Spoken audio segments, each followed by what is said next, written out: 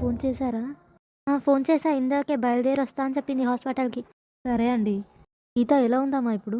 పర్లేదమ్మా. ఇప్పుడు కొంచెం నీరసంగా ఉంది. డాక్టర్ ఒక 2 డేస్ రెస్ట్ తీసుకో అన్నారు. తర్వాత డిశ్చార్జ్ చేస్తారంట. మంచిగా దేవుని దయ వల్ల అంతా మంచిగా జరిగింది మనకి. కానీ ఇంక కళ్ళు మూసుకొని పడుకొని ఉన్నాడు. కళ్ళు తిరుగు నాయనా, మీ అమ్మమ్మ వచ్చింది. చిన్ని నాయనా, కళ్ళు తిరుగు నాయనా, నా బంగారు నాయనా, వజ్రాల కొండ, వరాల మూట, నా పైడే, నా వెండే, నా బంగారమే, ఓ నా బుజ్జి కన్నయ్య కళ్ళు తెరవే, అమ్మమ్మ నీ కోసము అంగి పట్టుకొచ్చింది, పౌడర్ పట్టుకొచ్చింది, నూనె పట్టుకొచ్చింది, స్వెటర్ పట్టుకొచ్చింది, కార్టికా పౌడర్ అన్నీ పట్టుకొచ్చింది లే నాయనా, నాయనా.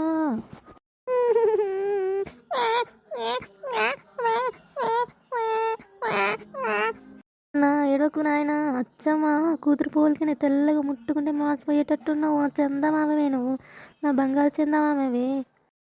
ముట్టుకుంటే మాసిపోయేటట్టుందా ఈ మనవాడు? మీ కూతురు పోలికేనా? అయితే నేనేంటి కర్ర బొగ్గులా ఉన్నాడా కాకిలాగా? వామ్మో. టాబ్లెట్స్ అని తీసుకున్నారా లల్లి కోసం? తీసుకున్నా అత్తమ్మ. వద్దామా అల్లుడు?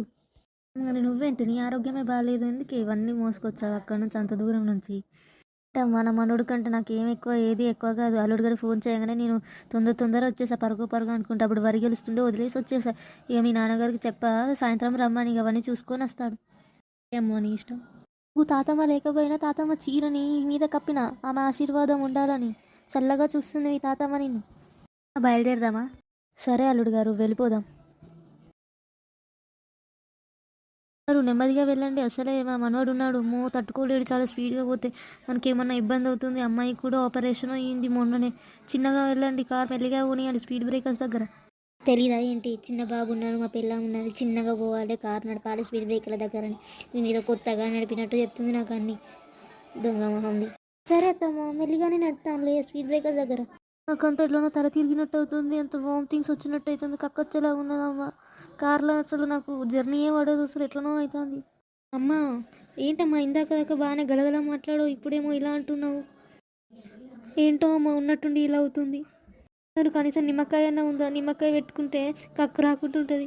ఈ బూడిద గుమ్మడికాయ మొహం దానికి నిమ్మకాయ గుమ్మడికాయ అయితే సరిపోతుంది ఏంటి?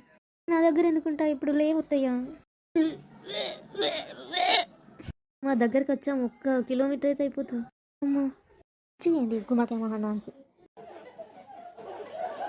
ఇక్కడ నిల్చో అమ్మా, నేను మంగళారతి పట్టుకొస్తా, బాబుకి ఆరతి తీస్తా. సరే అమ్మా. వెంకన్న స్వామి చల్లగా చూడాలి నా మనవాన్ని.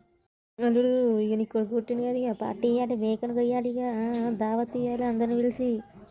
దేని పోతుంది దావత్ అంటుంది, నా జేబుకే కదా చిల్లు పడేది. ఇస్తా అత్తమ్మా, ఇస్తా, దాని ఏముంది. బయట పని ఉంది, నేను బయటకు వెళ్తా. సరేనండి, నువ్వు వెళ్ళి రెస్ట్ తీసుకోమ్మా, నేను చూసుకుంటా బాబుని. సరే అమ్మా. నాయన కళ్ళు తెరిచిండే, కళ్ళు తెరవంగానే అమ్మమ్మ చేసిన అంతా మంచిగా అవుతుంది కానీ. అమ్మో ఇంత చక్కగా నవ్వుతున్నావు నా మనవాడు. అమ్మో ముత్తేరన్నీ రాలిపోయేటట్టే ఉన్నాయి.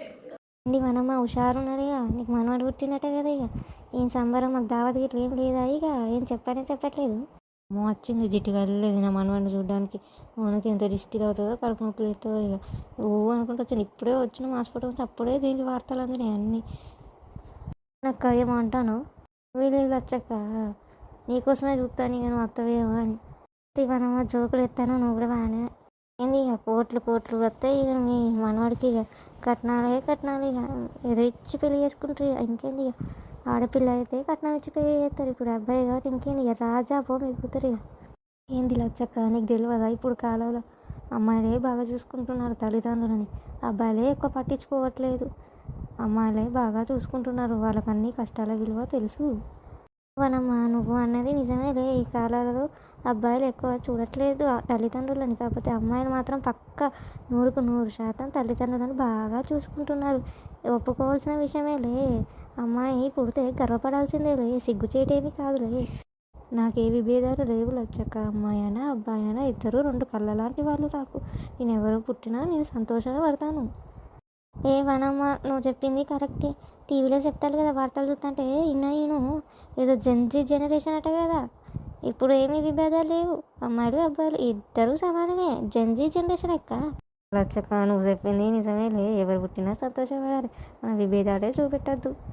ఏంది మనమ్మ, మీ మనవని చూపించేది ఏదైనా ఉన్నదా ముచ్చట్లేనా? చూతురా అక్క, నిన్ను కాదన్నా చూతురా. మీ మనవడికి మీ కూతురు పోలికనే వచ్చినట్టున్నది, అక్క అంతా మా కూతురు పోలికరే. పుట్టుకుంటే మాసిపోయేటట్టు తెల్లగానే పుట్టిండు. సేమ్ మీ కూతురులానే తెల్లగా ఉన్నాడు. ఆ కళ్ళు కూడా గోళీలాగా పెద్దగా ఉన్నాయి, మంచిగా ఉన్నాయి. అంతా మా కూతురు పొడికే. ఆ ముక్కే కొంచెం నడ్డి ముక్కులాగా వచ్చింది. అదేం లేదు అక్క, పెద్దగా అయితే అంటే అంతా సెట్ అవుతాయి, మంచిగా అయితే ముక్కు కూడా.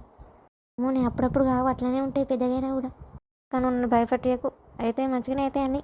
సర్లే చూద్దామే అప్పటి వరకు. రాముడు ఎవరో రాకాశ ఎవరో. వాడు తెల్లగా ఉన్నాడు, వాడమ్మా జిట్టు పూసలు కట్టపోయాను, దిష్టి తాకితే లేకపోతే బొట్టైనా పెట్టపోయాను. ఇప్పుడే వచ్చినాను కాదు హాస్పిటల్ నుంచి, అవన్నీ తీసుకొచ్చేదానికి మాకు టైం ఏదో దొరికింది. మెల్లగా రేపు పోయి తీసుకొచ్చుకుంటాం అన్నీ. ఇక తీసుకొచ్చుకోండి. అట్లనే అసలే చలికాలం, ఇక చిన్న పొరగాలు తట్టుకోలేరు సరికి. ఇక 2 గరం కోటులు, ఒక 2-3 కుల్లాలు తీసుకురండి. ఇక అట్లనే ఆ డ్రాయర్లు కూడా బాగుండాలి. అసలే వాళ్ళు టాయిలెట్ పోతూ ఉంటారు ఊకే. ఒక 20-30 ఉండాలి. అట్లయితేనే మంచిగా ఎండుతాయి అంటే వేసుకుంటా అంటారు. అచ్చక్క ఇంటి దగ్గర నుంచి వచ్చేటప్పుడు తీసుకొచ్చిన అంగీదు, కానీ గరం కూడా తెలియదు. రేపు బయటికి పోయినప్పుడు తీసుకొస్తాం. మన కోసము పౌడరు, నూనె, కాటిక అన్నీ పట్టుకొచ్చిన. ఇక గరం కూటను కుల్లోలు తీసుకోవాలి, చిట్టి పూసలు కూడా తీసుకోవాలి. అట్లనే తీసుకొచ్చుకోవాలమ్మా. అట్లనే ఇంటి ముందు మన గుమ్మడికాయ కట్టుకో, ఆ కలమంద కూడా కట్టుకో. ఆ చెడు దృష్టి రాకుండా ఇంటి మీద పడకుంటుంటే. చిన్న పొరగాడు ఉన్నది కదా, మనకి గాలో దూలో తాగుతుంది. సరే లచ్చక్క, బజార్కి పోయినప్పుడు తీసుకొచ్చుకుంటా గుమ్మడికాయ గుట్లా. ఆ చెట్టుకు ఫుల్ ఉన్నాయి, నేను ఒకటి తీసుకొస్తా తీయ. సరే లచ్చక్క తీసుకురా. కన్నయ్య ఏడవకు తల్లి, అమ్మ బాబు ఏడుస్తున్నారు రా. ఖాళీ అమ్మ, బాబు కాకలుతుందేమో. అమ్మా రేపనమ్మా నేను పోయేస్తా. పైలంగా లల్లి చెప్పమ్మా. ఈ జిట్టి కలర్ వచ్చింది, అజ్జయ్ బట్టే ఇంక దిష్టి తాకినట్టున్నది, అందుకే ఎడతాను. కడుపు నొప్పి లేచిందో వాడు దిష్టి అన్నది తిప్పేయాలి బాగా. ఫ్రెండ్స్ ఇంకా ఒక వీడియో ఉంటుందేమో అనుకున్నారా? అట్లనే ఆసక్తిగా చూస్తున్నారు అనుకుంటా మీరు. మీకు బాగా నచ్చింది అనుకుంటా. ఇలాంటి మరికొన్ని కంటెంట్స్ కోసం మన హెచ్వి కార్టూన్ క్రియేషన్స్ని సబ్స్క్రైబ్ చేయండి. కింద బెల్ ఐకాన్ని క్లిక్ చేస్తే నేను ఎప్పుడైతే కొత్త వీడియోస్ పెడతానో అప్పుడు మీరు చూడగలరు. Take care, bye friends. నన్ను ఫాలో చేస్తూ సబ్స్క్రైబ్ చేయండి. అప్పుడే మీ సపోర్ట్తో నేను ఎన్నో వీడియోస్ చేయగలను.